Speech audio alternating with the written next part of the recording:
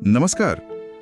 आज हम एक बहुत ही दिलचस्प विषय पर बात कर रहे हैं, मसीही जीवन के 8 स्तंभ। ये एक तरह का गाइड है जो ईसाई जीवन के मुख्य सिद्धांतों की बात करता है। जी, जैसे विश्वास, प्रार्थना, प्रेम और क्षमा, सेवा, पवित्रता, समुदाय और उद्देश्य। काफी कुछ है इसमें। हाँ, बिल्कुल। तो हमारा इरादा है कि इन सिद्धांतों को थोड़ा समझें और देखें कि ये असल जिंदगी में मतलब कैसे काम करते हैं, कैसे दिखते हैं। हाँ, ये जानना जरूरी है। अब देखिए, 8 स्तंभ हैं, लेकिन समय का ध्यान रखते हुए हम आज कुछ खास पर फोकस करेंगे, जैसे विश्वास में बढ़ना, प्रार्थना और आराधना, दूसरों से प्रेम और क्षमा, और उद्देश्य के साथ जीना। हाँ, ये 4 अहम लगते हैं। और हम ये भी देखेंगे कि मदर टेरेसा, जॉर्ज मुल्लर, कोरी टेन बूम और बिली ग्रैहम जैसे लोगों ने इन सिद्धांतों को अपनी जिंदगी में कैसे उतारा। तो चलिए शुरू करते हैं। बिल्कुल। और ये देखना भी दिलचस्प होगा कि ये सिद्धांत मतलब अलग थलग नहीं है, ये आपस में जुड़े हुए हैं, एक तरह से जीवन जीने का पूरा नजरिया बनाते हैं। सही कहा, ये सिर्फ किताबी बातें नहीं है। नहीं, बिल्कुल नहीं। ये रोजमर्रा की जिंदगी में उतरने वाली चीजें हैं, फैसलों में, कामों में। तो चलिए पहले दूसरों से प्रेम और सेवा की बात करते हैं। इसमें तो सबसे पहले मदर टेरेसा का नाम आता है ना? जी हाँ, बिल्कुल। कोलकाता में उनका काम गरीबों और बीमारों के बीच, वो तो अद्भुत है। उनका वो कहना भी बहुत मशहूर है कि हम सब बड़े काम नहीं कर सकते, लेकिन छोटे काम बड़े प्यार से तो कर ही सकते हैं। कितनी सच्ची बात है। और ये दिखाता है कि प्रेम सिर्फ एक एहसास नहीं है, ये एक एक्शन है, एक चुनाव है जो सेवा में दिखता है। उनकी सेवा ये भी दिखाती है कि सच्ची आराधना मतलब वो सिर्फ चर्च या मंदिर की दीवारों तक नहीं है, दूसरों की जरूरतें पूरी करना भी वो भी आराधना का ही एक रूप है। बिल्कुल, प्रेम को काम में बदलना।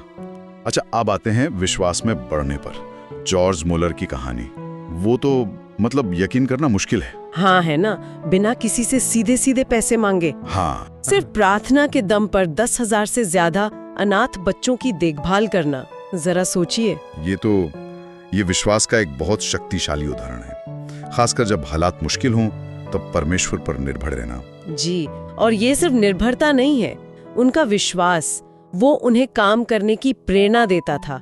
उन बच्चों के लिए इंतजाम करना, हिसाब रखना, ये एक्टिव फेथ था, पैसिव नहीं। सही बात। अब कोरी टेन बूम, उनकी कहानी प्रेम और क्षमा के स्तंभ को बहुत गहराई से दिखाती है। ओह हाँ, बहुत ज्यादा। नाजी जुल्म के वक्त यहूदियों को बचाने के लिए अपनी जान दांव पर लगाना, और फिर युद्ध के बाद उस आदमी को माफ कर देना जिसने उनके परिवार के साथ जिसने धोखा दिया था। हाँ, ये समझना भी आसान नहीं है। बिल्कुल नहीं। उनकी कहानी माफी की ताकत को क्या कहते हैं सामने लाती है। उनका वो कथन भी बहुत गहरा है, क्षमा एक ताला खोलने जैसा है, और फिर पता चलता है कि कैदी तो आप खुद थे। मतलब माफी देना शायद दूसरे से ज्यादा अपने आप को कड़वाहट और नफरत की कैद से आजाद करता है। हाँ, ये एक अलग ही नजरिया है, मुश्किल है पर शायद जरूरी भी। जी, आंतरिक शांति के लिए। और आखिर में उद्देश्यपूर्ण जीवन जीना, इसके लिए बिली ग्राहम का जीवन एक बहुत बड़ी मिसाल है। जी हाँ, उन्होंने अपनी पूरी जिंदगी सुसमाचार फैलाने में लगा दी, दुनिया भर में लाखों लोगों पर असर डाला। उनका जीवन दिखाता है कि जब कोई इंसान अपने जीवन का मकसद किसी बड़े उद्देश्य में पाता है, या जैसे परमेश्वर की योजना में, और उसे अपने कामों और बातों से जीता है, तो उसका असर कितना बड़ा हो सकता है। हाँ, ये अपने विश्वास को सिर्फ अपने तक न रखकर उसे दूसरों के साथ बांटने का भी उदाहरण है। बिल्कुल। तो इन सब बातों से मतलब क्या सार निकलता है? ये जो हम डिस्कस कर रहे हैं और ये जो मिसालें हमने देखी, हाँ, ये बताती हैं कि ईसाई जीवन सिर्फ कुछ बातें मान लेना नहीं है, ये असल में कुछ करने का नाम है रोजमर्रा की जिंदगी में। सही कहा।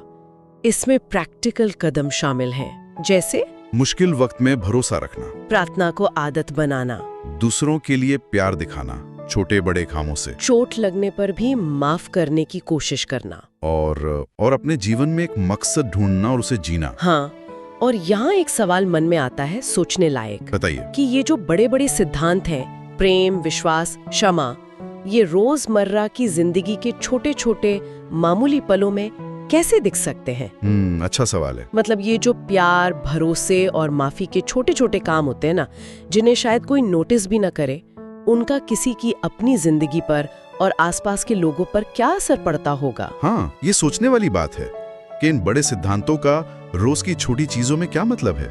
इस पर वाकई गौर करना चाहिए। जी।